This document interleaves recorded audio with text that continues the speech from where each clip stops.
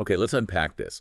Imagine yourself dropped into a live, free-flowing conversation, online specifically, a Twitter space. Uh-huh. It's raw, it's unfiltered, and as we'll discover today, it can be, well, incredibly revealing about human nature and the digital age. Definitely. We're diving deep into just such a recording, hosted by Alberto Daniel Hill.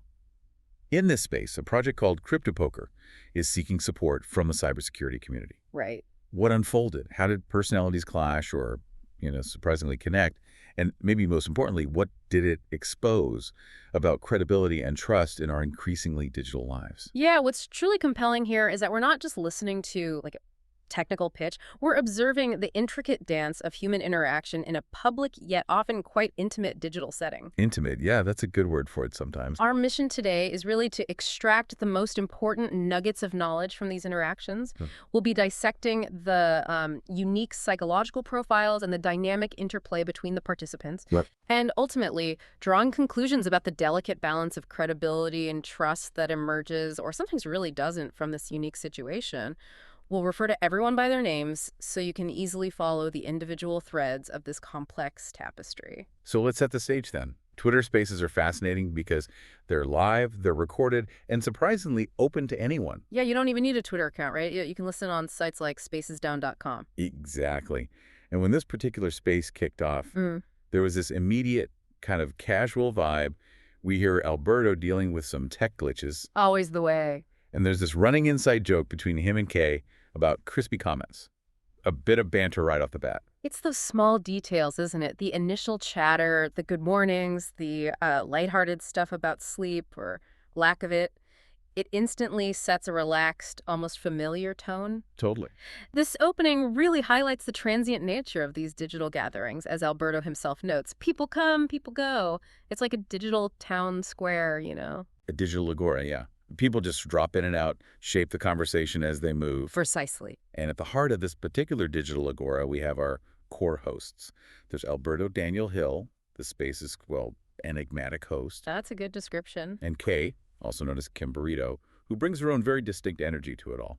Okay, so when we start digging into these personalities, Alberto Daniel Hill immediately stands out. He's the host, initially wrestling with those tech issues, like you said. Yep. But his persona quickly emerges as quite mysterious, maybe a bit ironic. Kay herself actually describes him this way. He plays it down a lot, doesn't he? Calling himself just a cable guy, saying he's overvalued, even claiming he knows nothing about security. Which is quite something, especially when he also reveals this past as a hacker who actually went to prison. He jokes about it being a potential world record for a hacker. Right. But then he explicitly avoids those typical white hat versus black hat labels. Yeah, he prefers just good hackers or criminals. It's Yeah. very direct. Yeah. Cuts through the usual talk. It really does. He admits he's pretty sarcastic and basically doesn't give a F if people disagree with him. He advocates for acting against wrongs even if there's a price. Strong convictions, clearly. Mhm. And they shape how he sees the digital world. And his relationships in the space are also quite telling. Kay has this close bond with him, playfully defending him, even admitting to a Twitter crush. Yeah. And he mentions Samantha as his most regular speaker. So there's this established network, this history. It definitely adds another layer, lets deeper conversations happen, maybe. I think so. It creates a certain environment. Then we have Kim Burrito.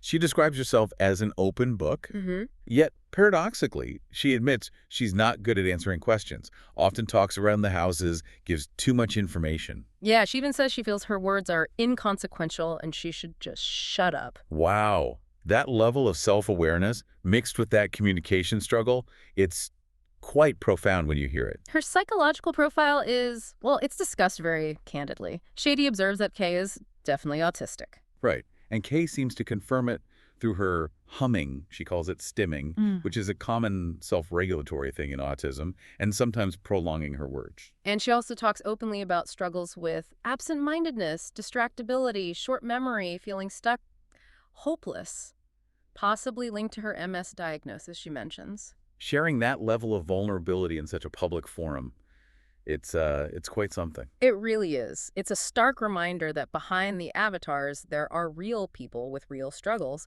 and that vulnerability definitely impacts how she navigates trust online. Absolutely. And that vulnerability clearly shapes her approach. She says she's generous to a fault, tends to assume good faith, Which can be risky online. for sure. And she feels vulnerable hosting without co-hosts, noting most men don't see their part in it. That comment about men really jumped out. Her literal interpretation of instructions is also key, like actually reporting the space, because Alberto jokingly told her to. Oh, wow, really? Yeah. It just shows how personal traits can directly influence online interactions, maybe lead to misunderstandings. It highlights the responsibility we all have, even as listeners. That's a great point. And Kay's openness about her neurodivergence kind of paves the way for another really interesting voice in the space. Shady. Ah, yes, Daddy. He also openly identifies as autistic, but brings this different perspective as a content creator and artist deep in the Web3 world, blockchain, next-gen, internet stuff. He works as a Twitter intern, Yeah. running accounts for these projects, right? Exactly.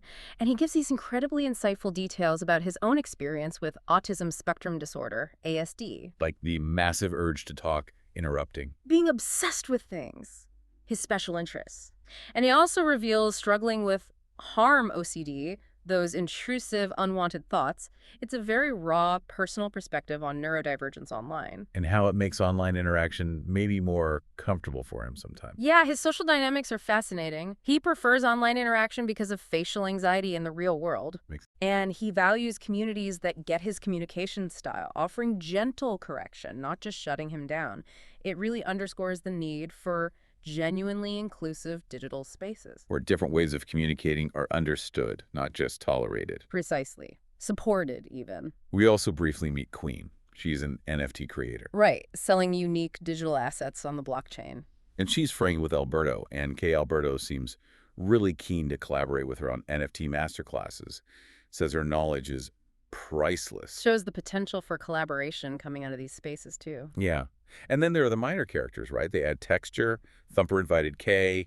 Adam talks data. Samantha, Alberto's regular, who apparently got suspended once for a photo. Oh, right. Molly, who briefly overshadowed Alberto in a Twitter circle. Boston and GR popping in and out. Each one adds a little thread to the whole conversation tapestry. Okay, so with that picture of the people involved, let's pivot to the main event, really. This project called Krypto Poker. Right, the reason they seem to be there looking for support from the cybersecurity community. And Alberto initially is super enthusiastic. Describes the website as amazing, professional, wonderful. It's pitched as crypto poker, earn by playing, NFTs, cash rewards, run from Dubai. Ticks all the boxes on the surface, doesn't it? Totally. Sounds very Web3, very current. Huh? But then, here's the twist that really caught my attention. Set up a bit of a red flag, honestly. Okay. Despite his initial excitement, Alberto reveals something critical.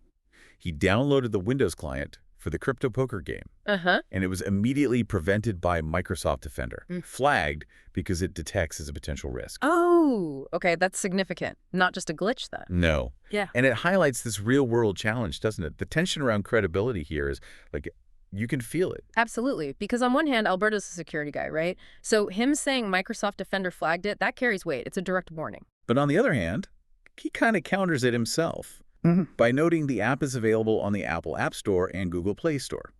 Implying some legitimacy because they got through those approval processes, although he does mention apples can take like 120 days. Which is ages. Yeah. So that's a million-dollar question, right? You've got this warning from your own system defender, which you kind of trust. Yeah. But then it's on the major app stores, these big tech gatekeepers. Where does the average person put their trust? For me, it instantly makes you wonder about the App Store's vetting. It's a classic dilemma. And this is where the real insight comes, I think. What stands out is that even with the App Store approvals, Alberto still emphasizes needing personal due diligence. Right. He says he wants to do a background check on the founders because he doesn't know them. Even though Queen apparently says the founder is fully doxed, meaning their real identity is public. But Alberto's point is, just being doxed isn't enough. Doesn't equal trustworthy. Exactly. It underlines that you need this multi-layered verification. You can't just rely on one signal, especially in crypto where trust is, let's face it, still pretty fragile. Non-negotiable, really.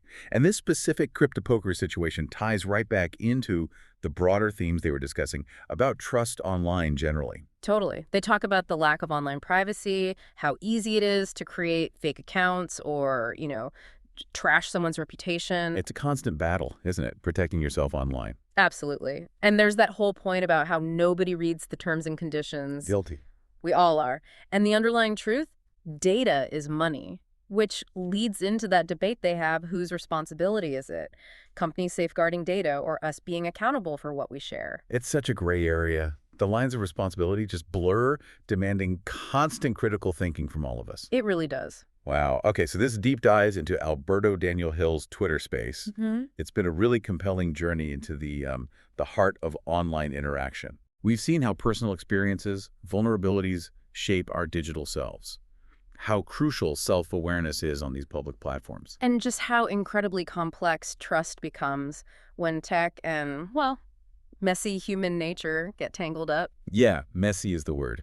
And if we connect this to the bigger picture, these candid conversations around crypto poker, privacy, data, they reveal a fundamental challenge in our digital lives, don't they? They really do. It raises a really important question, I think, for all of us. In a world where our digital footprint reveals so much, where our voices can even be cloned by AI now, what truly defines our authenticity online? And who decides? Who ultimately gets to decide what or who is trustworthy? Exactly. Food for thought. Definitely. Think about it. The next time you're scrolling your feed or maybe you jump into a live space, consider not just the content, but the personalities behind the pixels. And that intricate, often really fragile web of trust they're weaving, consciously or not, it might just fundamentally change how you perceive your own online interactions.